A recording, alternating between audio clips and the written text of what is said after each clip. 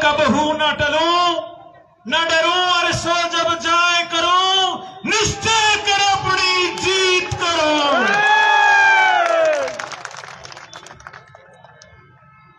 इस 31 साल के नौजवान को कांग्रेस आला कमान ने करनाल लोकसभा से कांग्रेस का प्रत्याशी बनाया है। मैं कांग्रेस आला कमान का, हमारे राष्ट्रीय अध्यक्ष श्री मल्लिकार्जुन खड़गे जी का, यूपीए की चेयरपर्सन मैडम सोनिया गांधी जी का, कांग्रेस के पूर्व राष्ट्रीय अध्यक्ष श्री राहुल गांधी जी का और हरियाणा के बब्बर शेर नेता चौधरी भूपेंद्र सिंह हुड्डा जी का,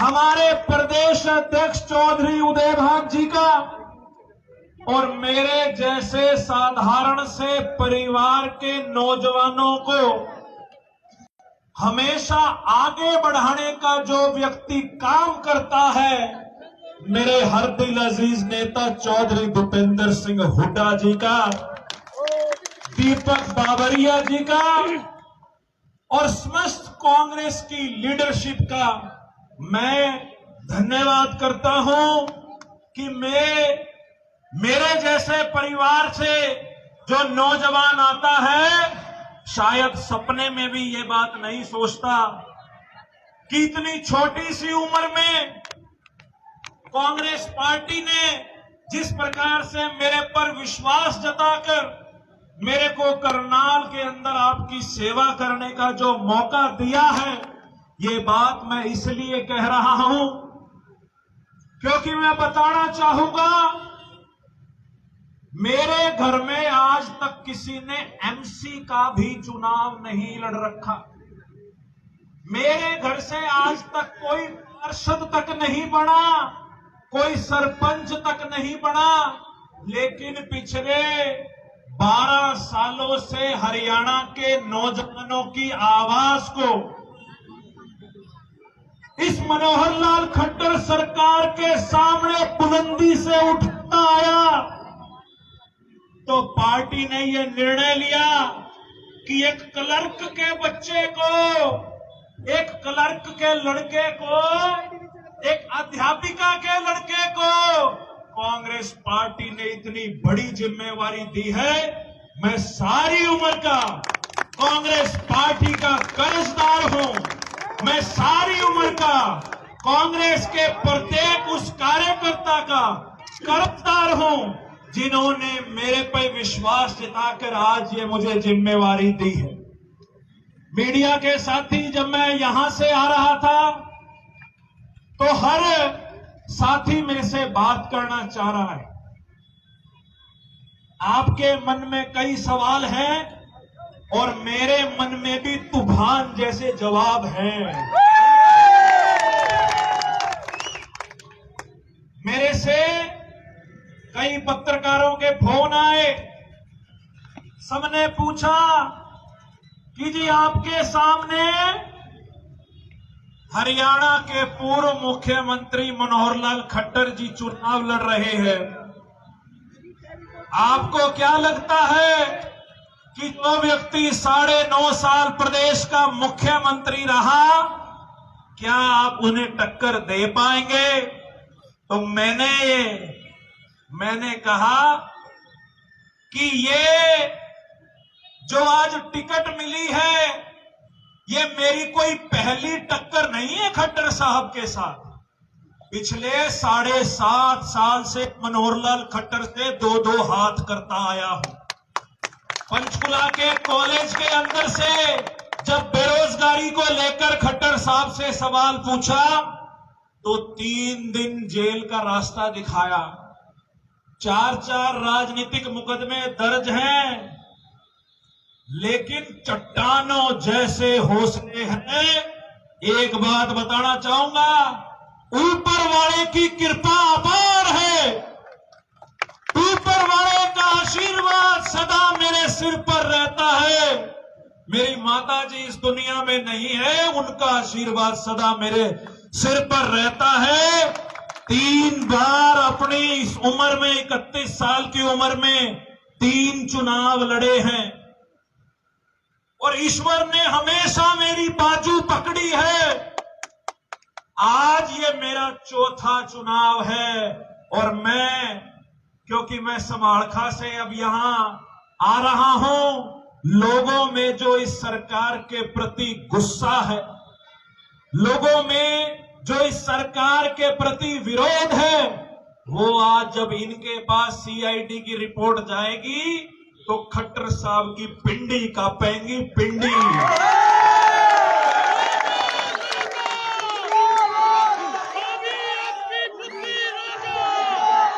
मनोहर लाल खट्टर जी, मैं तो ये बात कहता हूं कि 9.5 साल आप मुख्यमंत्री रहे और अभी भाजपा के केंद्रीय नेतृत्व ने रातों रात इनको मुख्यमंत्री की कुर्सी से उतार दिया।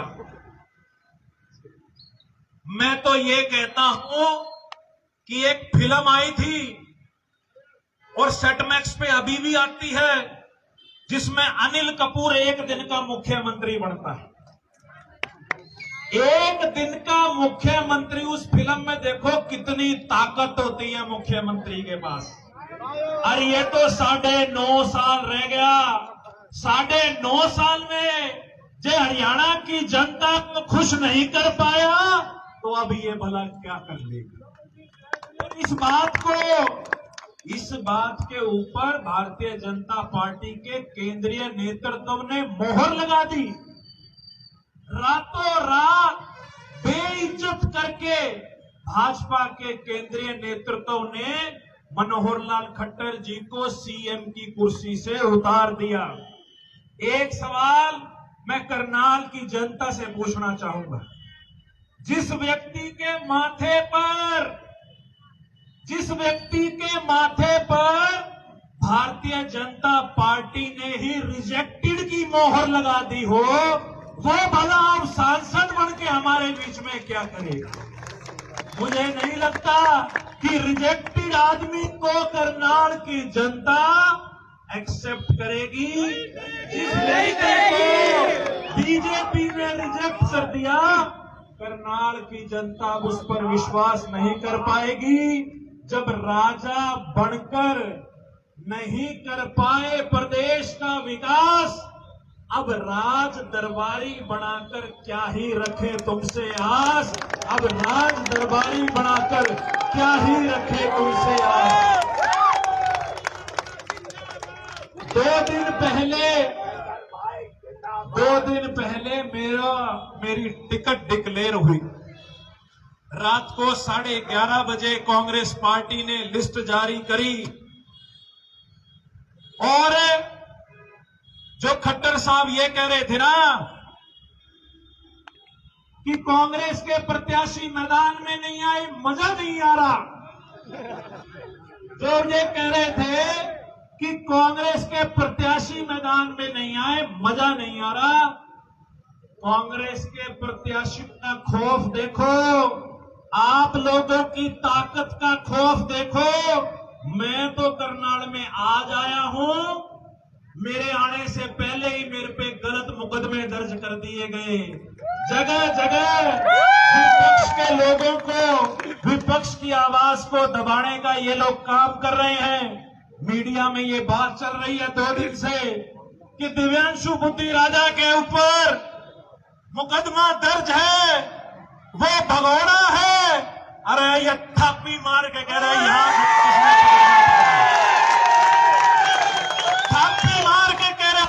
जिसने पकड़ना है पकड़ लो।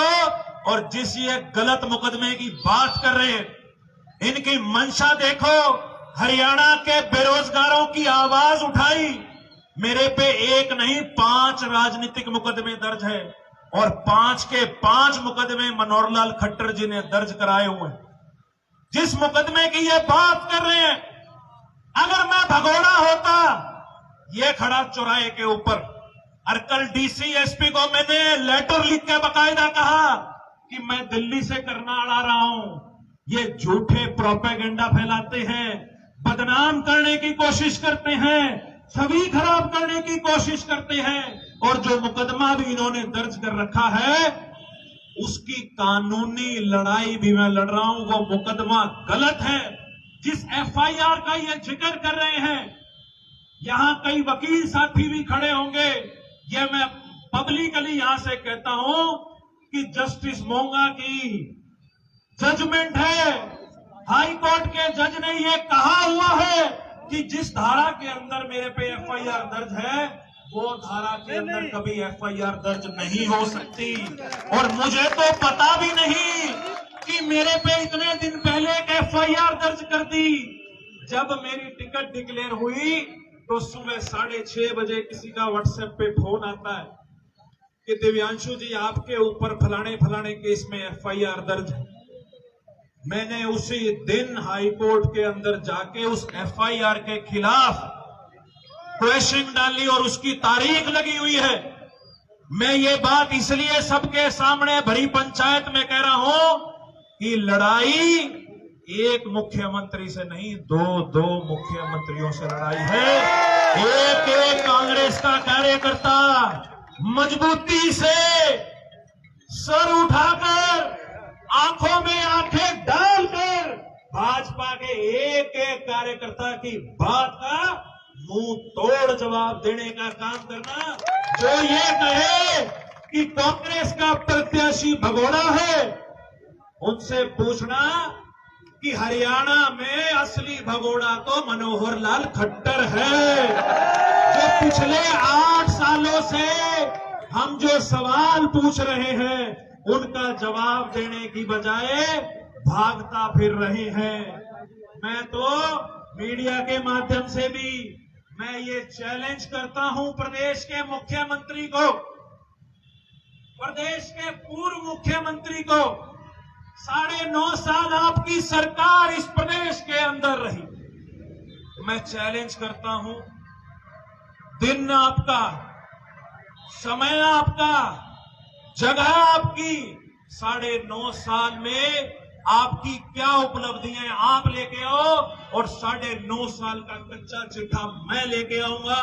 फैसला हो जाएगा, लोग मौजूद होंगे, मीडिया मौजूद होगा, पता लगेगा कि 9.5 साल में मनोहर लाल खट्टर जी ने हरियाणा की जनता के लिए, करनाल के लिए कुछ करा है या नहीं करा। मैं तो आपके आशीर्वाद से और ये युवा शक्ति के जोश से, मैं तो मेरे मंसूबे जो हैं वो चट्टानों जैसे मंसूबे हैं। ना चुनाव तक रात को 2 घंटे सोऊंगा, पूरी कोशिश करूंगा हर गांव में पहुंचूं, हर मोहल्ले में पहुंचूं, हर कस्बे में पहुंचूं। लेकिन आपका छोटा भाई हूं, आपका बच्चा हूं, और घर में जो छोटा होता है वो सबसे लाडला होता है। और मेरा स्नेह आपके साथ है। उम्र छोटी है लेकिन हौसले बहुत बड़े हैं। आप लोगों के आशीर्वाद के साथ इस जंग का आज मैं यहां से शंखनाद करता हूं, शंखनाद करता हूं। मनोहर लाल जी, अब रण होगा, अब रण होगा, अब रण होगा। संघर्ष बड़ा भीषण होगा। खट्टर साहब, जो ये हरियाणा के बाकी आप लोकसभाओं में घूम रहे हैं ना, देख लेना शाम को सीआईडी की रिपोर्ट जाएगी।